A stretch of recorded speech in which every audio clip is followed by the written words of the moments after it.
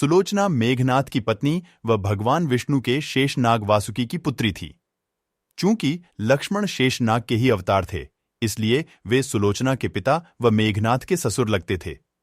सुलोचना को नाग कन्या कहा जाता था। वो कुछ पुस्तकों के अनुसार उसका नाम प्रमीला भी बताया गया है। युद्ध भूमि में जब मेघनाथ लक्ष्मण के हाथों वीरगति को प्राप्त हो गया था, तब सुलोचना अपने पति के शरीर के साथ सती हो गई थी। हालांकि इस कथा का उल्लेख न तो वाल्मीकि रचित रामायण व न ही तुलसीदास रचित रामचरितमानस में मिलता है। कुछ अन्य भाषाओं, मुख्यतया तमिल भाषा की कथाओं में इसका प्रमुखता से उल्लेख मिलता है।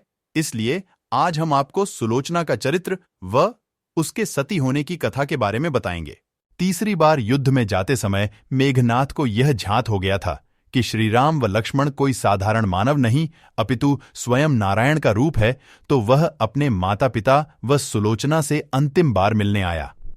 वह अपने माता पिता से मिलकर जाने लगा, तब उसने सुलोचना को देखा।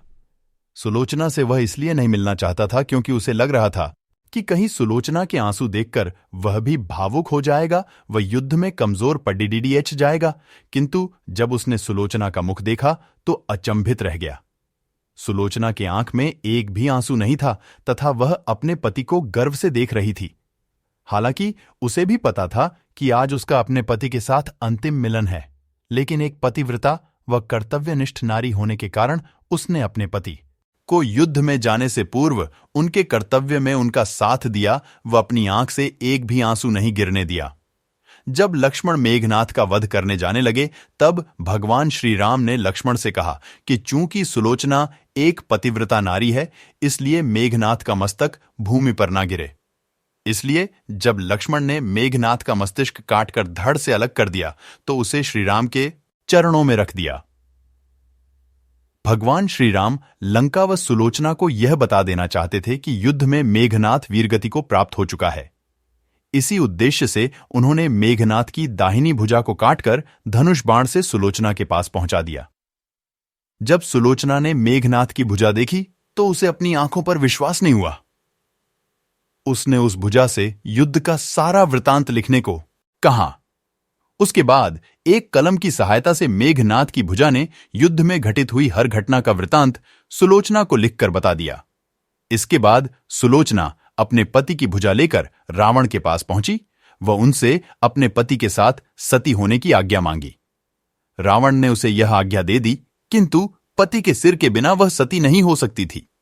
इसलिए उसने रावण से मेघनाथ के धड़ की मांग की, किंतु रावण ने शत्रु के सामने याचना करने से मना कर दिया। चूंकि राम एक मर्यादा पुरुषोत्तम पुरुष थे व उनकी सेना में ऐसे अनेक धर्मात्मा थे, इसलिए उसने सुलोचना को स्वयं श्रीराम के पास जाकर मेघनाथ का मस्तिष्क लेकर आने की आज्ञा दे दी। सुलोचना लंका नरेश से आज्ञा पाकर श्रीराम की कुटिया की ओर प्रस्थान कर गई। जब सुलोचना भगवान श्रीराम के पास पहुंची तो श्रीराम व उनकी सेना के द्वारा उनका उचित आदर सम्मान किया गया व श्रीराम ने उनकी प्रशंसा की। सुलोचना ने भगवान को प्रणाम किया व अपने पति का मस्तिष्क मांगा। श्रीराम ने भी बिना देरी किए महाराज सुग्रीव को मेघनाथ का सिर लाने को कहा, किंतु सभी के मन में यह आशंका थी कि आखिर सुलोचना को यह सब कैसे झांत हुआ। तब सुलोचना ने मेघनाथ की भुजा के द्वारा उसे सब बता देने की बात बताई।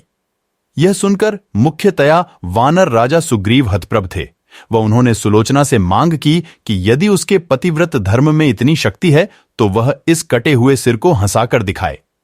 यह सुनकर सुलोचना ने उस मस्तिष्क को अपने पतिव्रत धर्म की आज्ञा देकर उसे सबके सामने हंसने को कहा। इतना सुनते ही मेघनाथ का कटा हुआ सिर जोर जोर से हंसने लगा। सब यह देखकर आश्चर्य में पड़ गए, किंतु भगवान श्रीराम सुलोचना के स्वभाव व शक्ति से भली भांति परिचित थे। उन्होंने उस दिन युद्ध विराम की घोषणा की व लंका की सेना को अपने युवराज का अंतिम संस्कार करने को कहा, ताकि सुलोचना के सती होने में किसी प्रकार का रक्तपात न हो।